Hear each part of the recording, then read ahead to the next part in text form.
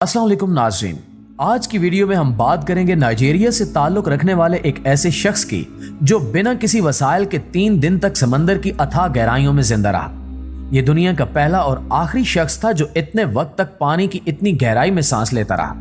लेकिन सवाल यह है कि ये वहां कैसे पहुंचा और इसने इतनी देर सर्वाइव कैसे किया। ये सब जानने के लिए इस वीडियो को आखिर तक जरूर देखिएगा।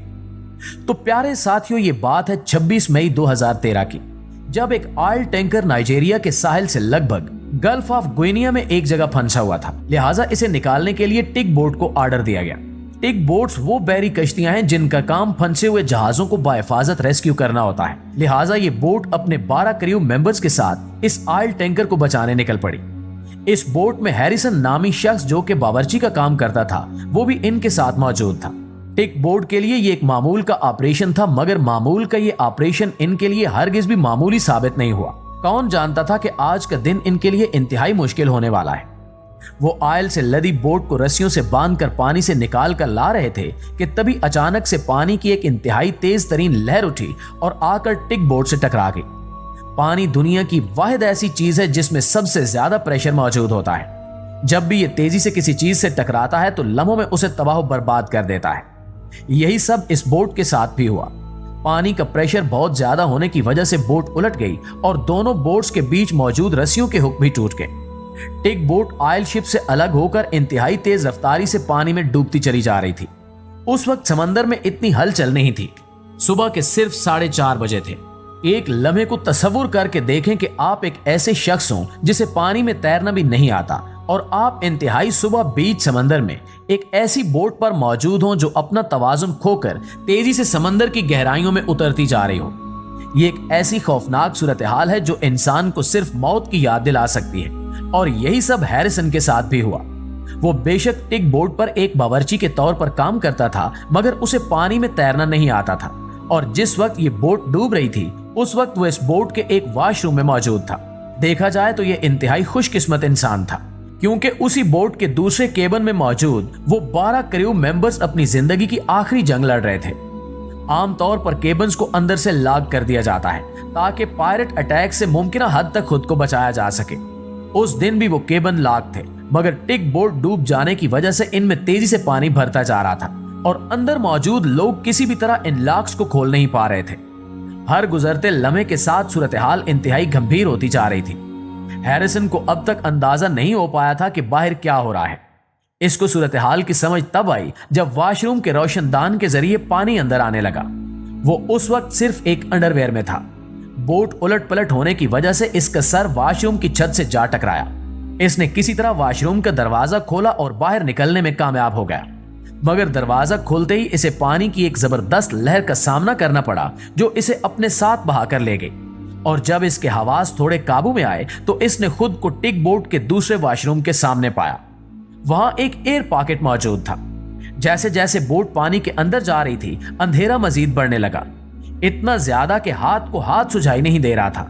इसके सिर्फ एहसासात थे जो उस वक्त इसे ये महसूस करवा रहे थे कि वो पानी के अंदर है और वो किसी एयर पॉकेट में मौजूद है।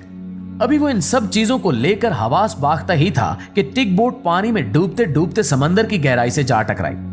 ये तकरीबन 300 मीटर की गहराई थी, जहां उस वक्त इस छोटे से एयर पॉकेट से मुंह बाहर निकाले हैरिसन बैठा हुआ था।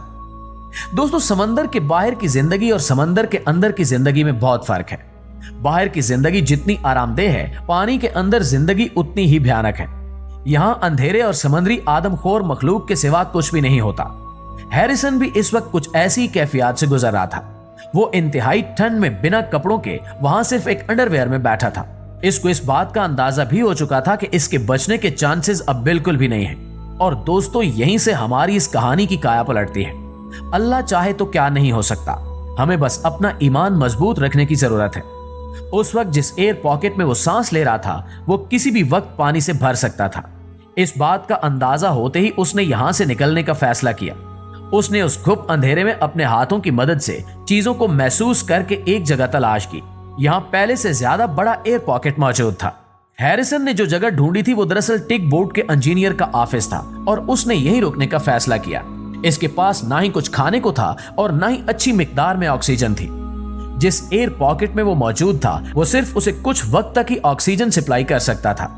अपने बचने के चांसेस इसे यहां भी इंतहाई कम नजर आ रहे थे।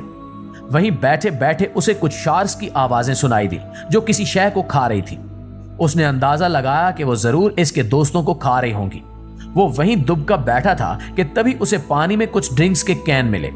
उसने वो पीकर खुद को डिहाइड्रेशन से बचा लिया। दोस्तों, इसके बाद इसे टिक बोट में मौजूद एक मैट्रेस पानी पर तैरता हुआ दिखाई दिया, लिहाजा ये उस पर लेट गया ताकि हाइपोथर्मिया से बच सके, वरना इसका बॉडी टेम्परेचर इंतहाई खतरनाक हद तक गिर सकता था। मगर अब भी इसके लिए सबसे परेशान कुन बात हर लम्हा कम होती हुई ऑक्सीजन थी। इसके पास ऑक्सीजन का और कोई जरिया नहीं था, लिहाजा वो वहां उस ऑफिस में बैठा अपनी मौत का इंतजार करने लगा। नाज़रीन, ये वो इंतहाई तकलीफ दे लम्हात होते हैं जब आपको मालूम हो जाए कि बस आपकी जिंदगी की डोर टूटने वाली है और अपने बचाव के लिए आप कुछ नहीं कर सकते। इस हादसे को गुजरे अब पूरे 2 दिन हो चुके थे। हैरिसन अब भी पानी में सांस ले रहा था। तीसरे दिन जाकर उसे अपने अलावा किसी और इंसान की मौजूदगी का एहसास होता है। ऑयल टैंकर के क्रू मेंबर्स ने डाइवर्स की एक टीम भेजी थी जो कि टिक बोट में मौजूद मेंबर्स की लाशें ढूंढने आई थी। वो इस बात से नावाकिफ थे कि इस गहराई में इतने दिन गुजर जाने के बाद भी कोई जिंदा होगा। एक डाइवर का कहना था कि जिस वक्त उन्हें हैरिसन मिला तो इसकी बॉडी इतनी बुरी कंडीशन में आ चुकी थी कि वो अपनी आंखें तक खोल नहीं पा रहा था। इसे फौरी तौर पर ऑक्सीजन हेलमेट पहनाया गया। इसे अचानक से पानी से बाहर निकालना मुमकिन नहीं था। इसका प्रेशर आहिस्ता आहिस्ता कम किया गया, वरना इसका हार्ट भी फेल हो सकता था। इसे एक डाइविंग बेल तैयार करके उसमें डालकर पानी से बाहर लाया गया और अगले मजीद 2 दिन उसी में रखा गया। 2 दिन के बाद हैरिसन को होश आ गया। वो इन समंदर में गुजरे दिनों से इतना ज्यादा खौफजदा हो गया था कि होश में आने के बाद उसने सबसे पहले यही बात कही कि वो अपनी जिंदगी में दोबारा कभी समंदर के आसपास भी नहीं आएगा।